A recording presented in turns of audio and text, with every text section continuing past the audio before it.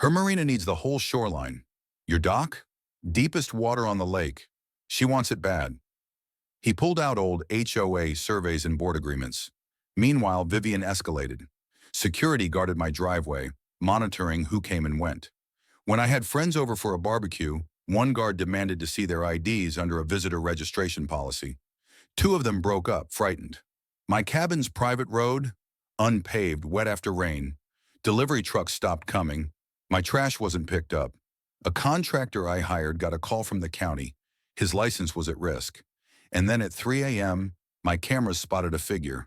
Vivian's characteristic blazer unmistakable, tampering with the markers herself. I was done playing nice. In a diner, I met Rachel Vance, a green reporter exploring shoreline exploitation. When I mentioned Crane Ventures, she leaned in. They've destroyed wetlands in 2 counties, then cited natural disasters. I'm intrigued. Her initial story questioned the marina's environmental impact, without pointing fingers. The following day, Vivian and Commissioner Roy Baxter held a splashy press conference. Eco-friendly renderings, no environmental studies, no permits. Rachel called. She was shaken. Vivian's lawyer threatened her editor. I told her I had receipts. Then my boss warned me. Vivian's husband was leaning on his clients, questioning my outside activities. A state senator's aide, Tim Reed, called. We're hearing permit issues at Willow Lake. Can you give us details? I did. Water samples, photographs, recording unpermitted dredging. The state served me a cease and desist. My first triumph. To frighten Vivian's goons, I mounted motion sensor sprinklers. The first guard got wet, in a rage but legally incapable of doing anything. I installed predator call speakers, floodlights, within the law. Vivian answered in a lawsuit for claiming my defenses endangered community security. I countersued. Tapes of trespassing, tampering, disturbances, sued Vivian alone. Rachel's second story featured HOA intimidating non-members. TV picked it up. I organized a lake ecology festival. Experts threatened harming the environment. Families began doubting Vivian's green credentials, and then the phony county letter. Eminent domain threats. I confirmed it was a forgery, Vivian's worst mistake. I reported her for mail fraud, aided by a thick file of her harassment. Ed's records uncovered HOA money funneled to Vivian's business through her sister's consulting business. At tense HOA meeting, I laid it all out. $100,000 in consulting, cut services, land flips to Crane Ventures. Vivian falsely accused me of lying. Ed's there. I've lived here 30 years. You've sucked this lake dry for your empire. The room swiveled. Audits were demanded. Vivian fled. She attacked back, unjustly accused me of menacing her. Sheriff Conway, skeptical, reviewed my evidence and told me it was going federal. Someone broke into my cabin that night.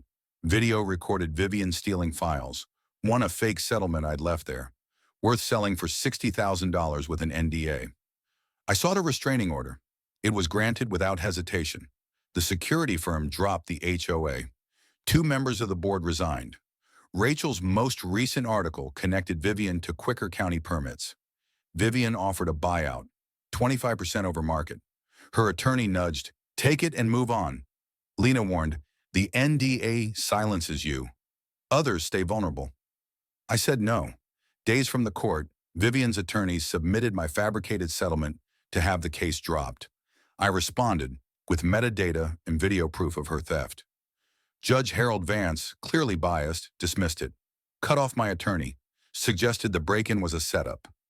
During recess time, Ed slipped me a USB. She bragged about paying Vance off. Years ago, he whispered quietly. I was scared then. No longer. The following hearing, I filed my recusal with the recording in hand. Vance stormed out in anger. Judge Laura Stern, notoriously upright, officiated. Ed testified. The video unspooled. Vivian.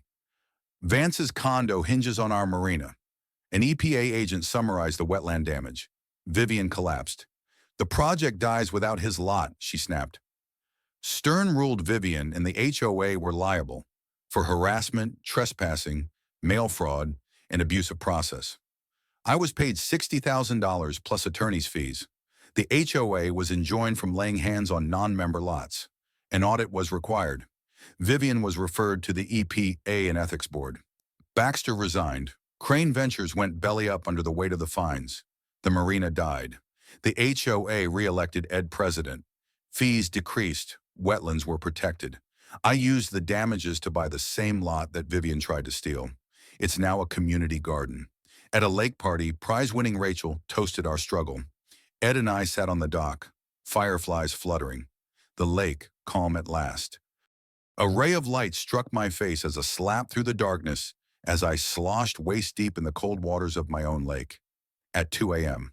"Sir, you're violating HOA regulations regarding hours of lake use," snapped a security guard, his tone smooth with the self-righteousness of a man who thought he owned the night. I went still, buck naked and paddling water, shock quickly giving way to anger. This was my lakefront, my home, paid for with all the money I'd worked to scrape together, and now this glorified mall security guard was trespassing, handing out rules I'd never signed on for.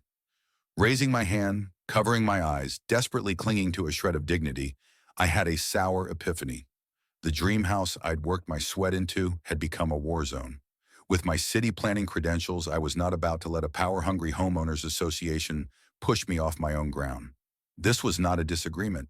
This was war, and I was not playing nicely. It had taken a decade of saving to make this happen. A little cabin on Willow Lake, surrounded by ancient pines with a view that had stolen my breath the moment I set eyes on it.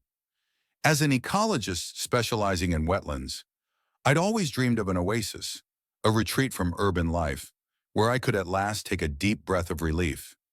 Finding the appropriate property took 2 more years, but when I pulled up that cedar-shingled cabin on the private dock, I knew.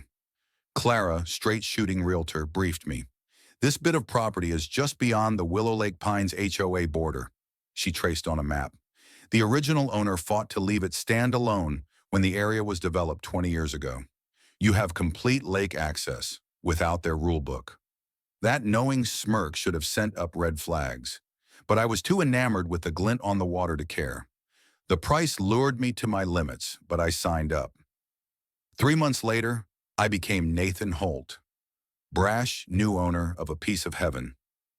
The first month, utter heaven. Mornings were for coffee on the dock, afternoons of sanding the porch, and evenings curled up by the fire pit, stars to keep me company. Neighbors were friendly, long-timers.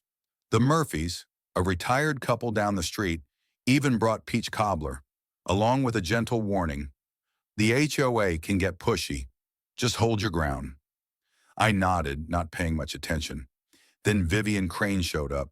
She rolled in one Saturday in a polished silver SUV, stepped out in heels that sank into my gravel drive, wearing a navy blazer that practically screamed, "Executive." "Mr. Holt," she called, flipping through a notebook. "I'm president of the Willow Lake Pines HOA. Welcome to the neighborhood." I was knee-deep in a native plant bed, brushing dirt off my hands. "Appreciate it, but my property's not in your HOA." Her smile faltered for a moment. "Technically, yes. We do, however, consider all lakefront property owners to be part of our larger community." She offered a shiny folder stamped with a silver crest. "I've brought you a voluntary membership package. Our charges are reasonable, and we have high standards to keep property values up." I offered to look at it, but staunchly declared my independence. Her eyes drifted towards the cabin.